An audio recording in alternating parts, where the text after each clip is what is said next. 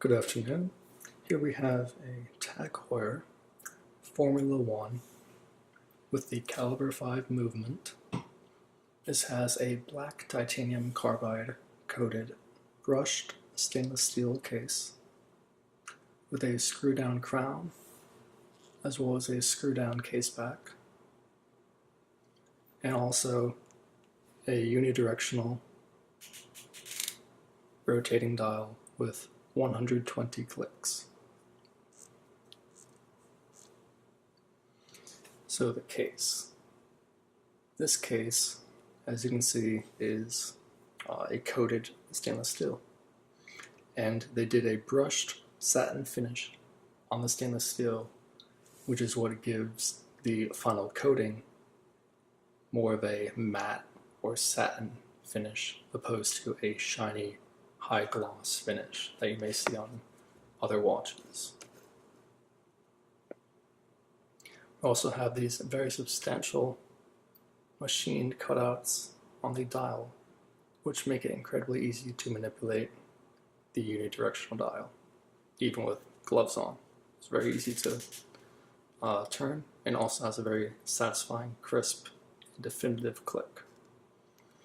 Now you can see that there's also a contrasting red rubber gasket on the screw down crown, as well as the second sand has a red tip to it, and the Calibre 5 at 6 o'clock is also done in a red lacquer.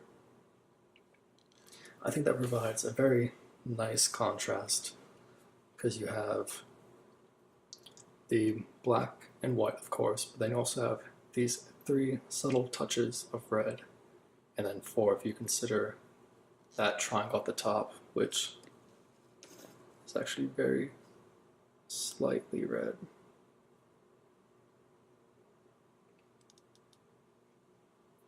Now this case has held up quite well, and I don't tend to beat on my watches, but black coated things, if they're not DLC coated, any kind of PVD coating, is not too renowned for their resilience and durability, and it just exacerbates the issue when the base metal underneath the coating is a contrasting silver stainless steel juxtaposed to this dark satin black finish. So now you can see the back is a screw down case back with the Tag Heuer logo, and it says water resistant 200 meters stainless steel, Swiss made since 1860, and sapphire crystal.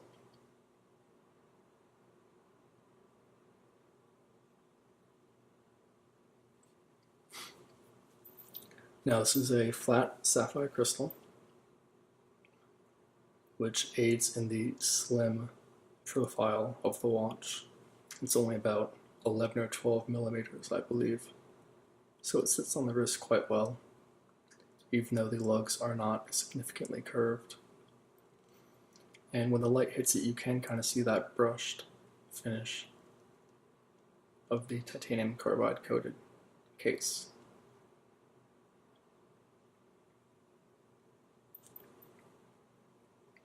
Now we have a date window at 3 o'clock, and the counterweight on the second sand is the Tag Heuer symbol. We also have applied indices, which are all coated in lume. Then, of course, the polished silver minute and hour hands.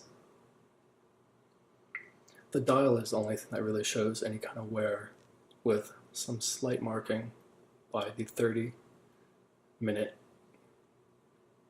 on the dial, as well as by the 5-minute.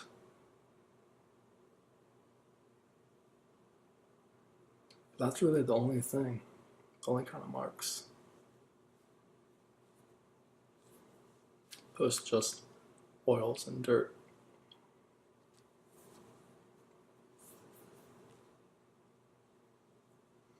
Also have these subtle crown guards, and then a silver Tag Heuer logo at the end of the screw down crown. Also get tags, very nice perforated rubber strap,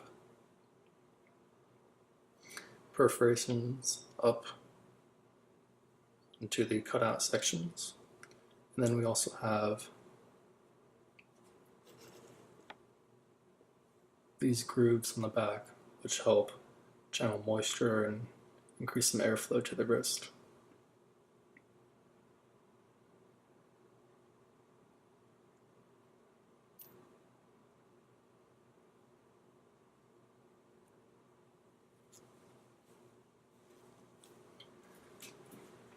And then 2 rubber keepers.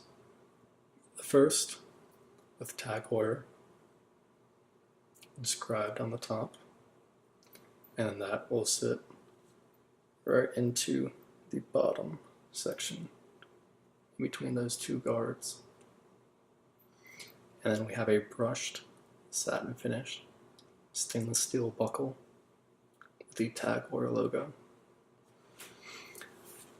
Now, personally, I think that the choice of doing a rubber strap on this particular watch, opposed to, let's say, a matching titanium carbide bracelet, was a smart decision, because we all know that these coated materials, they don't particularly hold up if you're wearing it up against a desk or anything like that. You never really know what you're doing until it's already done, and then next thing you know, you have all of this exposed stainless steel on the bottom of the bracelet, which can look pretty unruly, unsightly, and there's not really a particular way to fix that. You can't just brush it like you could with a regular stainless steel. You would have to get that recoated, and that in itself is an entire process. I do think it would have, at least when it's brand new, it would have added a very nice aesthetic to it, and personally I tend to prefer bracelets on my watches as well. However, I think the rubber strap really does work, and I do enjoy wearing this in the summer when my wrist swells, because it does have the quick adjustments that come with a strap opposed to a bracelet. Now, the rubber is rather thick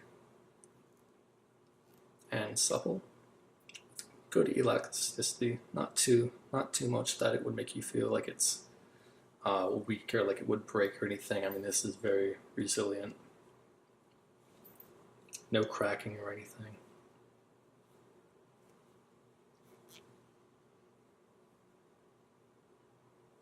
Now, this is Tag Heuer's Calibre 5 movement, which has a power reserve of approximately 38 to 40 hours. It beats at 8 beats per second, which is of course 28,800 beats per hour. A screw-down crown, rapid date correction, and a hacking seconds hand. This is a 41mm case, and like I stated, approximately 11mm thick. So it's a very easy to wear watch.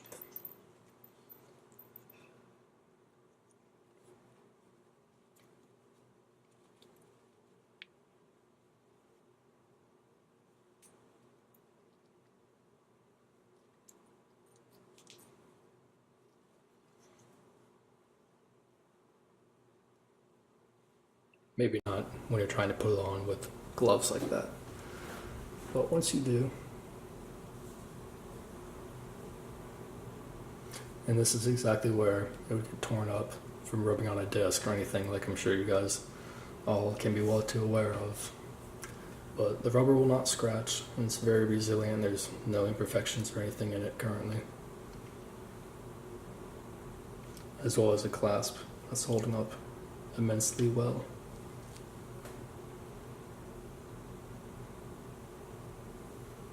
And it sits on the wrist quite well.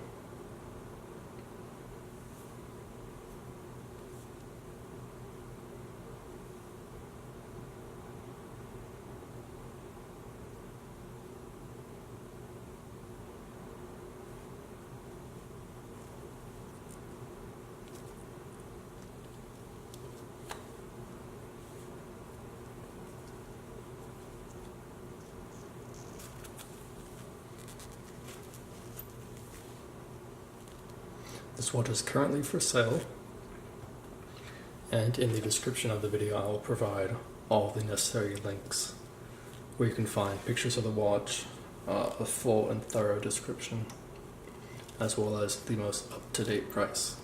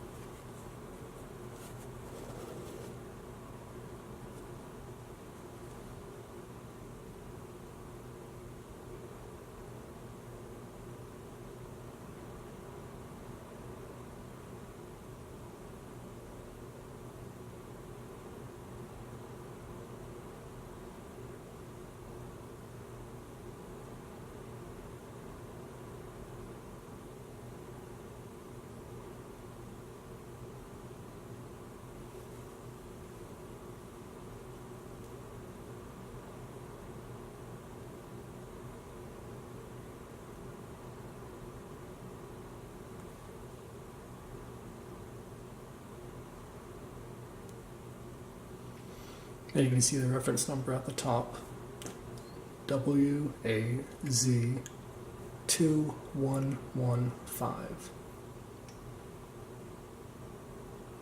And that is the serial number below. Don't steal it from me.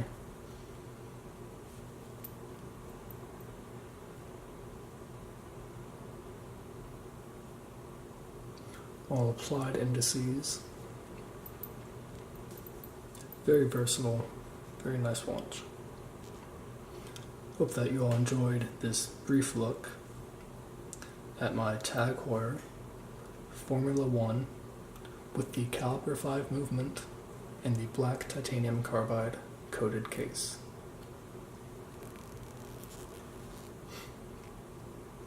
Have a good afternoon.